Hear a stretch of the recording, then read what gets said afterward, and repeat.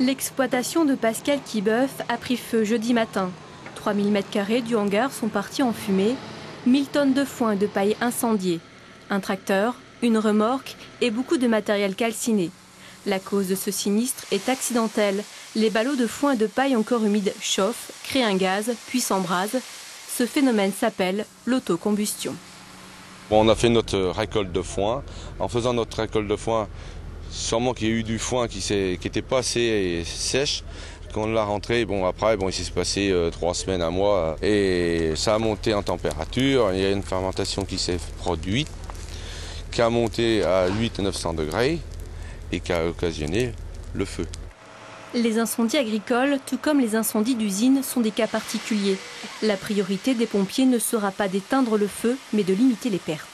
Il faut vraiment faire le point avec l'exploitant en premier lieu sur la partie à sauver du bâtiment.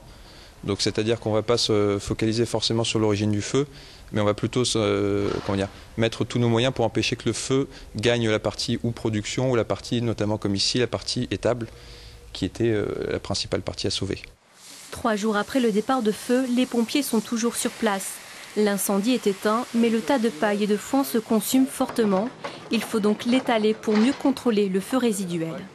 L'exploitant actuellement l'étale à l'aide d'une pelle mécanique pour pouvoir atteindre le cœur du tas de paille qui continue à se consumer, de façon à l'éteindre si besoin, avec nos moyens incendies qui restent en surveillance. Des incendies liés à l'autocombustion sont courants. Ils se déclarent 3 semaines à 1 mois après la moisson, même si toutes les précautions de récolte ont été respectées.